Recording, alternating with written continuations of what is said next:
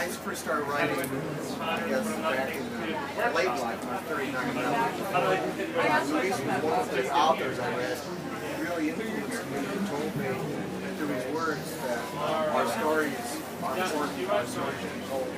And it's really only been in the last few decades that words of public culture really started to publish in a meaningful way and getting covered in terms of and thank God with the internet we're able to get more coverage.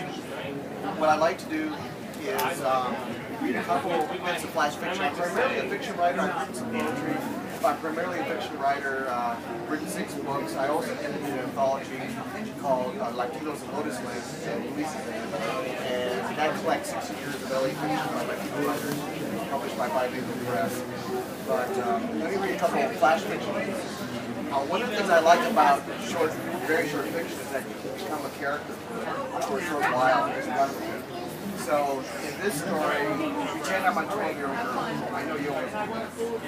Okay.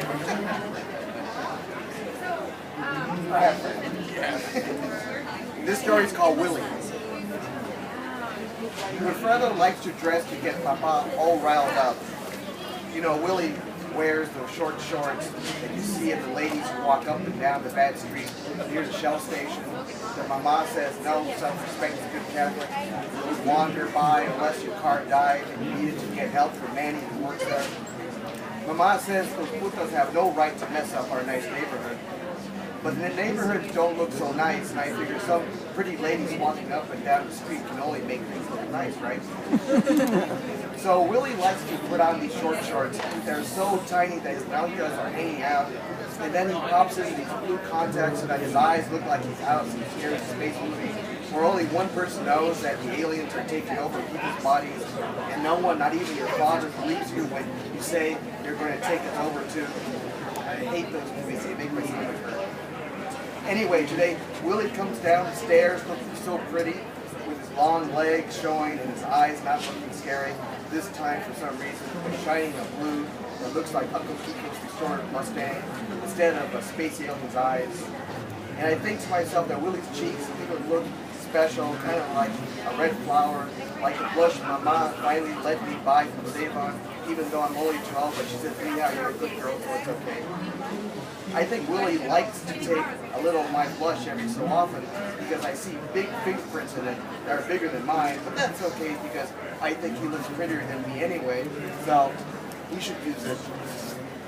So this morning, here comes Willie looking really extra pretty at Papa's Real Mignon at the breakfast table, drinking his hot black coffee after finishing a nice big bowl of menudo, which is his special treat on Sunday morning. Willie sits down at the table without saying nothing.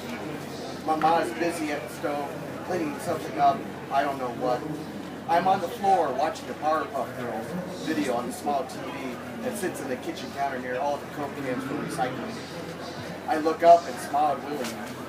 Willie reaches across the table, grabs a piece of bambusa, and these little gold chains that hang from his wrist just jingle and jangle, and they remind me of Christmas, which is about a mile away. Willie gives me a wink, and I smile and look at Papa, who's now looking at Willie, but Papa isn't smiling, and so my smile falls from my face like a dirty sock. I don't like Papa's eyes right now. They're all squinted up, and his big black eyebrows come down in a mean V.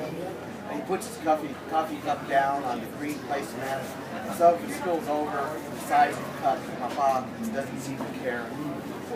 Finally, Papa says, "Yes, that's cool." "What's what?" Willie says, through a mouthful of bambusa. I turn to look at my video again, but not for long.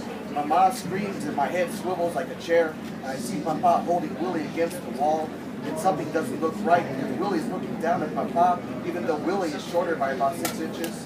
And then I see that Willie's feet aren't touching the floor no more. They're just dangling there like a doll's feet. And I notice for the first time that he's wearing this pretty clear plastic sandals. And I don't know what to do. I just sit there with tears coming down my face like someone just turned on the backyard hose. And Mama isn't moving too. But now she isn't screaming, just standing in the kitchen, hands pulling at the dish rag, mouth open like an empty can of tuna, and eyes all wide.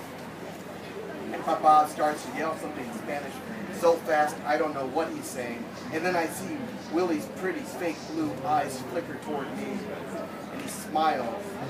Not a big smile, just enough so that I know he's smiling at me, and suddenly my tears turn off just like that, and the house seems so quiet now, like we're suddenly underwater. But I see Papa's lips moving fast like a cat, and Willie just hangs there against the wall, smiling at me.